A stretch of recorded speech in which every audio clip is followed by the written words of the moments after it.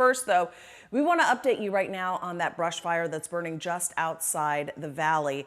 Now, people living near the East Desert Fire are spending a second night out of their homes as firefighters try to contain the flames. Yeah, that's scary stuff, and the weather sure isn't helping us here. We'll get to Crystal in just a second. She's standing by, but first, let's send you right out to Jen Wall, who is giving us a firsthand look at the fire this morning. Jen, what are you seeing, and what is the latest out there? Yeah, good morning to you guys. So good news to report. Weather calmed down overnight and it's still pretty quiet. And if you take a look behind us here, that's where the fire is still burning. Remember, yesterday morning we started off at 5 a.m. with a big orange glow behind us.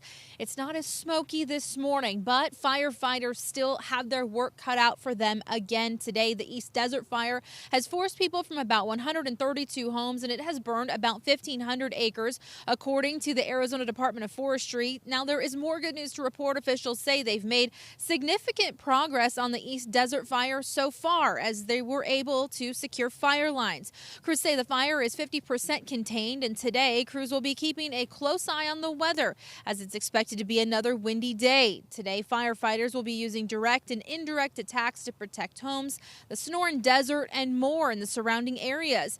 When the fire first sparked, it was neighbors here that helped each other get out safely, including rescuing horses.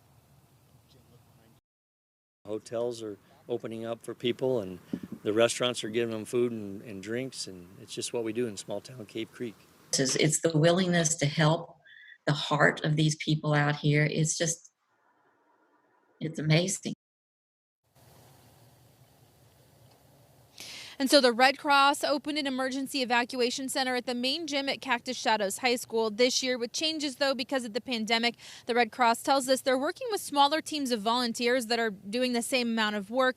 And so some of the changes they're making is putting up neighbors who may be displaced into hotels to allow for that physical distancing. The evacuation order is expected to stay in effect throughout the day today. We'll, of course, keep you updated on the fire. We'll let you know how crews are making progress as well. And coming up here live at 5:30, we're going to talk about more about the fire, plus some safety tips and just reminders as we are getting into fire season here, just to how to keep our lands protected out there as we're enjoying the outdoors. For now, we're live in Cave Creek. Jen Wall, Today in AZ. All right, Jen, we'll check back with you in about a half hour or so. And then new this morning, a person has been detained after being found near several brush fires burning on South Mountain. Firefighters were called out last night for reports of small brush fire over there, and when they got there, they found several of them burning and one person nearby. Now, that person is now in custody, but it's unclear if they had anything to do with starting those fires. The Phoenix Police Department is now investigating.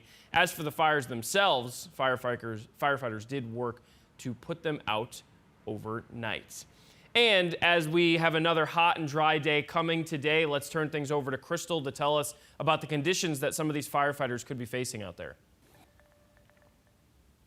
Another day, the same story. Wind is once again the big ticket item for us. We have this piece of energy in the atmosphere over the west, which has a lot up its sleeve. It's throwing some rain and even some snow to the mountains of the west. But for us, unfortunately, it's completely dry, bone dry, and just throwing wind action our way. So another day where we're sounding the alarms for wind advisories and red flag warnings across the northern portion of our state. But that doesn't mean you're off the hook if you fall to point south.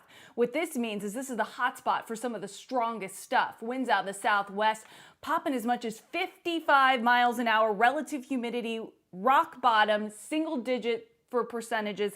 Here in the valley, we could once again see those winds winding up and gusting to 30 miles an hour. All right, it's not all bad news, though. We'll get back to Crystal with some of the good news in our forecast later on today. But for now, you want to stay with 12 News for complete coverage of the firefight.